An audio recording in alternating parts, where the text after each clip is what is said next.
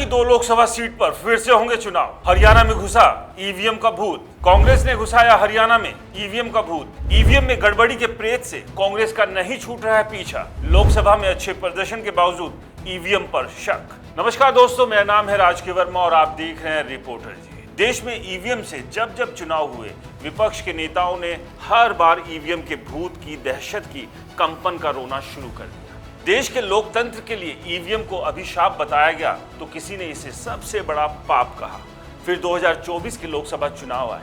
BJP के 400 पार के हल्ले में डरा सहमा विपक्ष शोर मचाने लगा, ईवीएम में खेला है, ईवीएम में खेला है।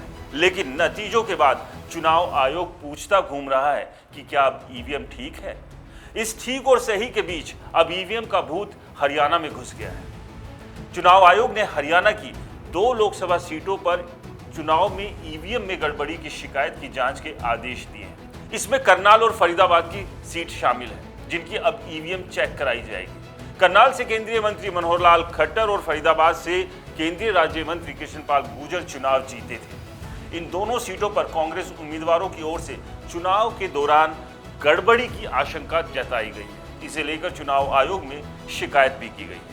करनाल से कांग्रेस उम्मीदवार दिव्यांशु बुद्धिराजा ने चुनाव आयोग को चिट्ठी लिखकर ईवीएम की जांच करने की मांग की थी। वहीं फरीदाबाद से कांग्रेस उम्मीदवार महेंद्र प्रताप ने भी गड़बड़ी की आशंका जताई थी। चुनाव आयोग की ओर से कहा गया है कि लोकसभा चुनाव 2024 में ईवीएम में गड़बड़ी की शिकायत के 8 आवेदन आए थे। इसमें हरियाणा के करनाल और फरीदाबाद लोकसभा सीट के भी नाम शामिल थे। इनमें ईवीएम की मेमोरी और माइक्रो कंट्रोलर की जांच की मांग की गई थी। करनाल और फरीदाबाद लोकसभा सीट पर बीजेपी उम्मीदवारों ने जीत दर्ज की है। करनाल से हरियाणा के 9.5 साल मुख्यमंत्री रहे मनोहर लाल खट्टर ने कांग्रेस को उम्मीदवार दिव्यांशु बुद्धिराजा को हराया। खट्टर ने यहां 2,32,577 वोटों के बड़े अंतर से जीत दर्ज की। खट्टर का ये पहला लोकसभा चुनाव था। इसके बाद मोदी 3.0 कैबिनेट में मंत्री बन चुके हैं। उन्हें शहरी विकास एवं आवास और ऊर्जा मंत्री बनाया गया। तो वहीं फरीदाबाद लोकसभा सीट पर बीजेपी ने कृष्णपाल गुर्जर को उम्मीदवार बनाया था। यहां से उन्होंने कांग्रेस के महेंद्र प्रताप सिंह को हराकर जीत हासिल की। गुर्जर ने यह सीट 1,72,914 वोटों के अंतर से जीती थी। जीत के बाद कृष्णपाल गुर्जर भी लगातार तीसरी बार मोदी कैबिनेट में केंद्रीय राज्य मंत्री बने। उन्हें अमित शाह के साथ सहकारिता विभाग दिया गया है।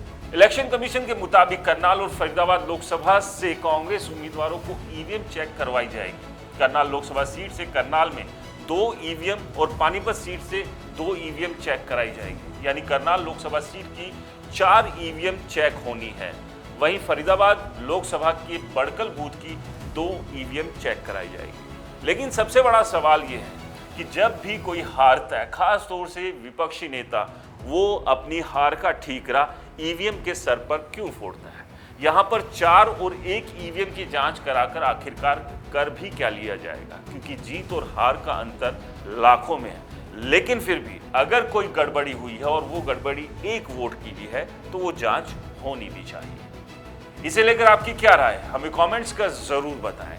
चैनल को सब्सक्राइब नहीं किया है तो मेरे हरियाणा के दोस्तों, चैनल को जरूर सब्सक्राइब कीजिए ताकि हरियाणा से जुड़ी हुई तमाम खबरें सबसे पहले आप तक रिपोर्टर जी पहुंचाने का काम करता है। राम राम।